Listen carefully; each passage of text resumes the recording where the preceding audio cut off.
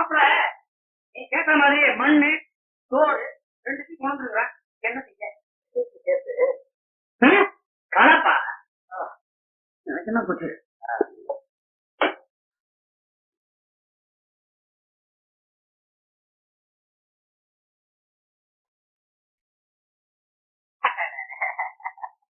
தக்காளி சோறு, தயிர் சோறு, சுண்டி சோறுன்னு கேள்விப்பட்டிருக்கேன். இது என்ன சோறு? மண் வாசனைதான் பார்த்திருக்கேன், இதெல்லாம் பார்த்ததே இல்ல. நாய்க்கு வச்சா கூட 4 கரு தள்ளி போய் நிற்க. யாருக்காக இவ்வளவு கஷ்டப்பட்டு பேசுறீங்க? என்ன உனக்கு அப்படியா? அப்பட ஏன் சோத்துல மண்ணை போடலாமா? சாதாரண மண் இல்லப்பா, சிவந்த மண்ணா? தெய்வீக மண். நீ திரும்ப கிடைச்சா அங்காளம்மன் கோயில் மண் எடுத்து சோத்துல பசஞ்சு உன்னை மண் சோற திங்க வைக்கிறதா உங்க அக்கா சாப்பனை பண்ணி. ஒரு அக்கா தேவையா? அதாவது மறந்துட்டேன். அதுக்காக நான் திரும்பி கிடைக்கணுன்றதுக்காக அவங்க பண்ண பிரார்த்தனைய பார்த்தா நான் திரும்பி வராத இடத்துக்கு போயிடும் போல இருக்கேன். மாப்பிள தற்சமயத்துக்கு என்ன விட்டுனேன். அக்கா சத்தியம், என் உடம்பே அக்கா சத்தியத்தை நிறைவேற்றணும்.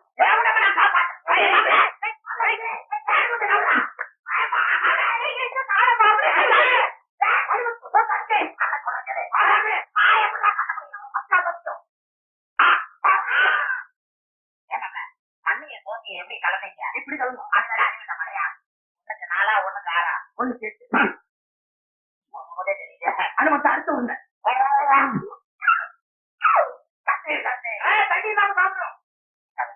கிட்ட பிடிக்கும். என்ன பத்த வளர்க்குறேன் கொடுக்குறியே. என்ன வேண்டுதல்? அடுத்தது அம்மன் கோயில தீர்வு, அதுக்கு வேண்டிய ஏற்பாடுலாம் பண்ணி. ஐயோ, ஏற்பாடு பண்ணியா? ஆமா, சும்மா ஒரு 100 அடி நீளத்துக்கு விறகு வெட்டெல்லாம் போட்டு தீ எல்லாம் பரப்ப சொல்லி நம்ம போனது சும்மா அப்படியே ஜாலியா நடந்துக்கலாம். ஜாலியா?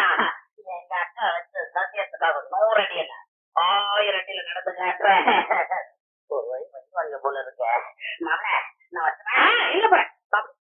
அது தாத்தா போதீங்க நிறைய போதுமா? ஐயோ அப்பா, உன் பிளானுக்கும் நமக்கு ஒட்டு வராது. அதுக்கு ஒரு செல்லம் கோடி கோடியா சொத்து இருக்குன்னு சொன்னப்ப நமக்கு அது வேணாம்பா. அதுக்கு ஒரு செல்லம் அங்க வந்திருக்கான் பாரு என் மகாதரங்க, அவனுக்கு ஒரு செல்லம். என்ன போய் தீ மிதிக்க சொல்லணும். குழந்தையில எனக்கு தீய கண்டா பயம். அதை விட்டுட்டு நான் வரேன். அதை பத்தி நீ கவலைப்படாத. எனக்கு பதில் தீ மிதிக்க போறியா? இல்ல, உனக்கு பதிலா அவனை மிதிக்க வைக்க போறேன். நீ ரங்கனோட தீ மிதிக்கிற இடத்துக்கு போ. நான் நம்ம ஆட்கள் அனுப்பியிருக்கேன். எல்லாம் கேட்டு அவனை நெருப்புக்குள்ள தள்ளி விட்டுருக்க. காணா அவனுக்கு செத்ததாக தேவையை நம்ப வைக்கிறோம். அப்பா உடம்பெல்லாம் மூளையா உனக்கு. உன்னோட இத்தனை வருஷமா பழகி பல யோக்கியமான விஷயத்தெல்லாம் கத்துக்கிட்டு இருக்கேன். இந்த கொலைய பண்ணிட்டு சாமர்த்தியமா கத்துக்கிறது மட்டும் கத்துக்கல. எப்படி? முதல்ல காரியத்தை முடி, அப்புறம் கத்துக்கலாம். வெரி குட் தலைவா, வர்றேன். இது ராதா, இப்ப ரவி வருவான். அவன் அவஸ்தப்படுறத இங்கே மறைஞ்சிருந்து நல்ல வேடிக்கை பாரு.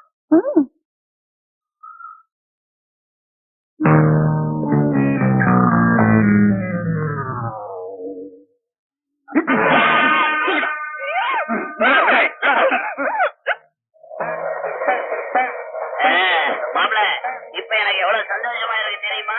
என்ன தீ மிதிக்க போறிய?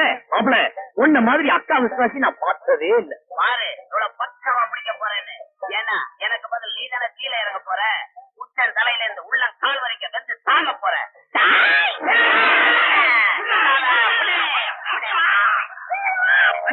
இவன் கூட ஒரு பொண்ணு வந்து அவரை கடைசி அனுப்பிச்சிட்டோம். தூக்கி போறாங்க நெருப்புல.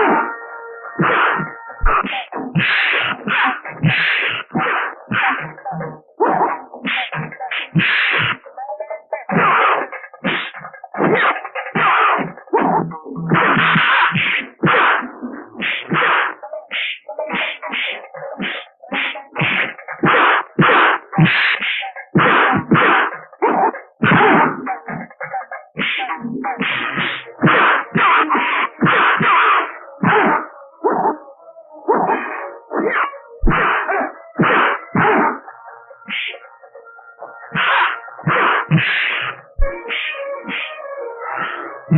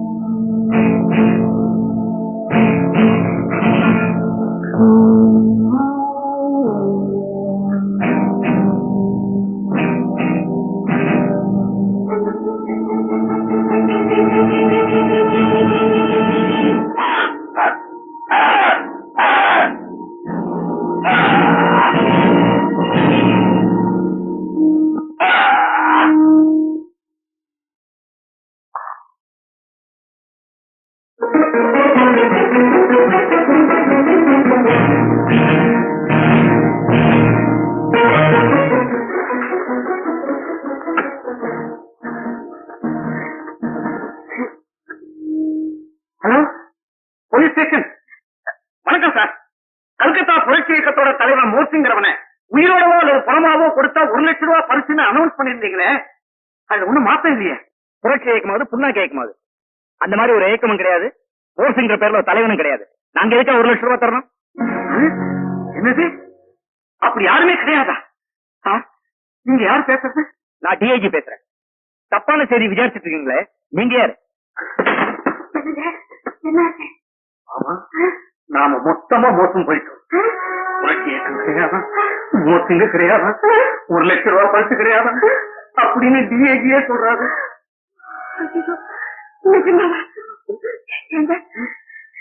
போலீஸ் தேடாத ஆளு நம்ம தூக்கி கட்டிட்டா என்னங்க ஆகும்? ஒண்ணும் ஆகாது. போலீஸ் நம்மளை தேடி வரும். நெஞ்சை வெடிச்சிருக்க மகேஷ், தப்பு பண்ணிட்டோம்டா மகேஷ், தப்பு பண்ணிட்டோம். தப்பு பண்ணிட்டோம், தப்பு பண்ணிட்டேன்னு சொல்லு. என்ன மட்டும் சரியா பிரிக்கிறீங்க? இந்த கொலையில நீங்களே என்ன மாட்டி விட்டுடுவீங்க போல இருக்க. நாங்களா வழிய போய் சொல்ல மாட்டோம். பம்பு விவகாரம்னு வந்துச்சு, உண்மையை சொல்லாமலும் இருக்க மாட்டோம். இல்லடா மகேஷ், கரெக்ட். அட பாவீங்களா, அப்ப எங்கது கம்பிதான். இத பாரு பாமா, எங்களுக்கு கொள்ளையிலயும் பங்கு வேண்டாம், கொலையிலயும் பங்கு வேண்டாம். என்னடா மகேஷ், ரொம்ப கரெக்ட். ஆளை விடு. இத பாருங்க, நிச்சயமா உங்களை நான் சும்மா விட மாட்டேன். இந்த கொலையில நீங்க சம்பந்தம் இல்லைன்னு சொல்லி தப்பிச்சிடலாம். ஆனா எங்க அண்ணன் முதலாளி சந்திரசேகர கொன்ன குத்தத்துக்கு உங்களை மாற்றி விடாம மட்டும் நான் உள்ள போக மாட்டேன். நினைப்பைய மாற்றி விட நான் மட்டும் உள்ள போக மாட்டேன். தப்பிச்சோட எல்லாரும் உள்ள போனோம். என்ன சொல்றீங்க? நடந்தது இதுதான்ப்பா. தேவிக்கு ரூம்ல படுத்திருக்கா. சந்திரசேகருடைய ட்ரெஸ்ஸை எனக்கு மாற்றி விட்டு அவளை பலாத்காரப்படுத்துற மாதிரி நடின்னு சொன்னது உங்களோட அண்ணன் தான். அடையாளம் தெரியாம இருக்கணுங்கிறதுக்காக மெயின் சுவிட்ச் ஆஃப் பண்ணிட்டு தேவிக்கு கட்டி உடனே பட்டார்னு ஃபிளவர் பத்தால என் தலையில ஓங்கி அடிச்சுட்டு அவ வெளியே ஓடிட்டா. ஏற்கனவே சந்திரசேகரனை கொலை செஞ்சு அவன் பாடியை ரெடியா வச்சிருந்தான் உன் மாமன். நானும் இவனும் தான் அந்த பாடியை இழுத்துக்கிட்டு போய் தேவகி ரூம்ல போட்டுட்டு மறைஞ்சிருக்கான். சந்திரசேகரனை கொலை செஞ்சது தேவகி சாமி எல்லாரையும் நம்ப வச்சு காட்டுவாங்க. இதுக்கெல்லாம் ஆதாரம் தேவகி என்ன அடிச்சதுனால ஏற்பட்ட காயத்தோட இந்த தழும்புதான்.